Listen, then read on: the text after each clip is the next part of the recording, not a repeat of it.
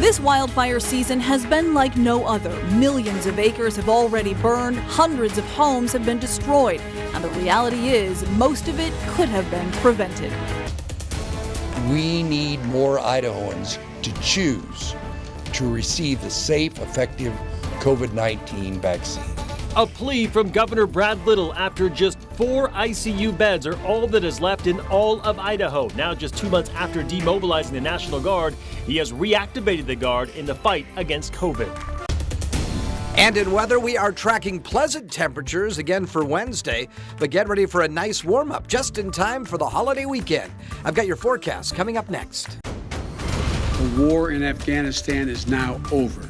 And despite the president declaring the longest war in American history is now over, hundreds of Americans and Afghan allies remain in Afghanistan. And now there are threats that extremists could take advantage of the withdrawal.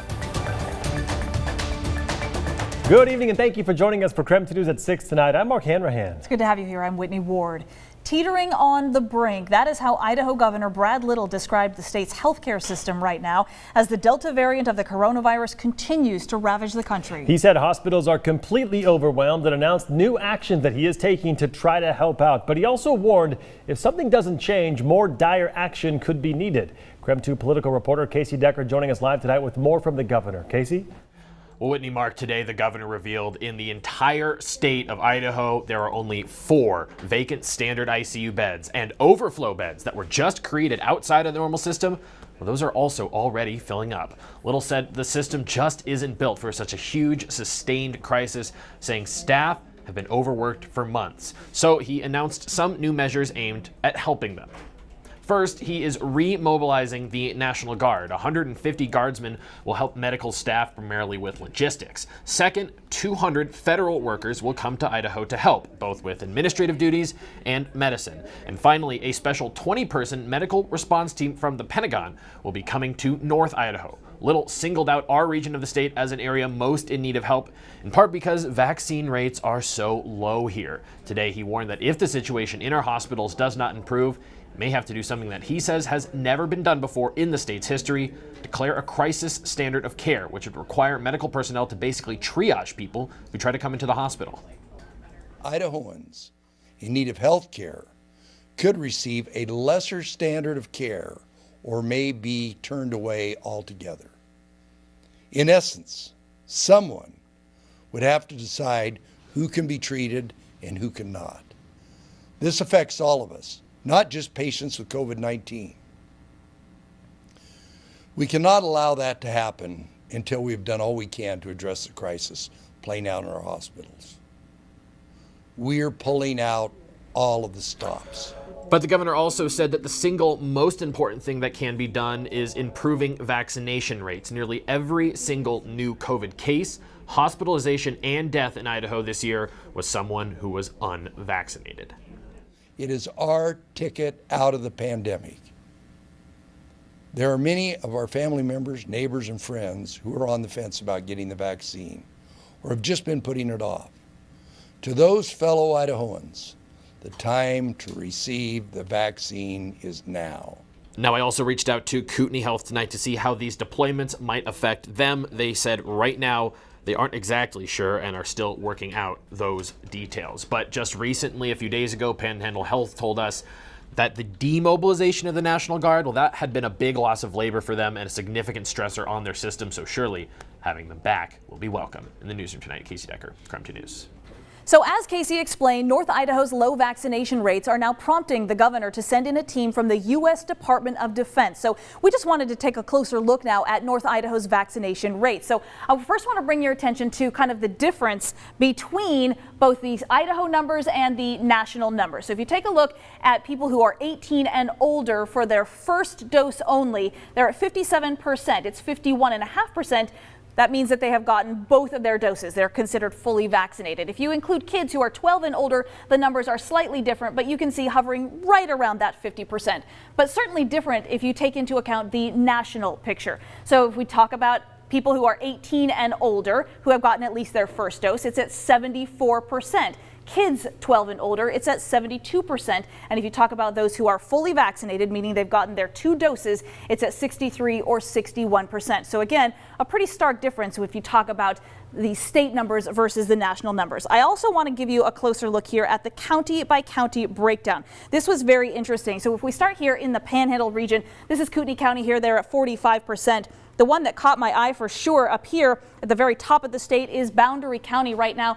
Only 36% of people in Boundary County have gotten their vaccination, and that includes kids who are 12 and older. Granted, they have a smaller population of about 10,000 people who are eligible for the vaccine, but still one of the lower numbers in the entire state. The rest of the Panhandle hovering right around 43, 45, 47%, depending on which county you're in. I also want to now bring your attention to the southern part of the state. If we can take a look down here, 64%. This is Ada County. This is the Boise area.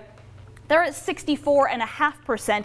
If you talk about the entire population of that county, it's about 477,000 people. Those who are eligible for the vaccine is 416,000, and 268,000 have gotten their vaccine. The highest one in the entire state by far is right here in the center of southern Idaho, and that is Blaine County, sitting at 90% of people who are 12 and older who are considered fully vaccinated. Kootenai Health has a new high of COVID patients currently hospitalized since the start of the pandemic. 97 people are now hospitalized, 35 of which need critical care. In all of North Idaho, 102 people are hospitalized due to the virus. That's according to the health district. 254 new cases were reported today, and get this, 15 new deaths were also reported today. And things not looking much better in Spokane County. In total, 221 people hospitalized in the county here with the virus. 292 new cases reported today, and 3 new deaths were also reported. And just a few moments ago, the North Idaho College Board of Trustees voted to delay the decision on the future of the college's president. The board was set to decide whether they would renew President Rick McClellan's contract during a special board meeting tonight. Well, the board and the president have butted heads over COVID-19 protocols. McClellan instituted a mask mandate to take effect at the start of the fall semester. Well, then 2 days later, the board voted to rescind that mandate. Tonight, though, the board voted 3-1 to postpone the vote on McClellan's contract until at least September 22nd.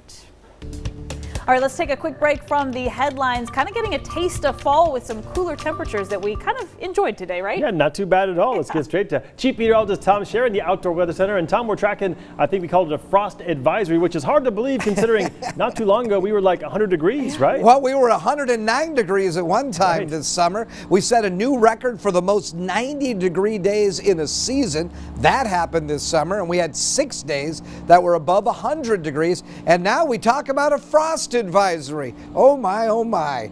We are transitioning, aren't we? Everywhere you see shaded in blue, and of course that includes the Spokane and Coeur d'Alene area, in the early morning hours could see temperatures cold enough to support frost. So if you've got tender plants still in the garden, keep that in mind. You may need to cover up some of those tomato plants. I hope you don't, though.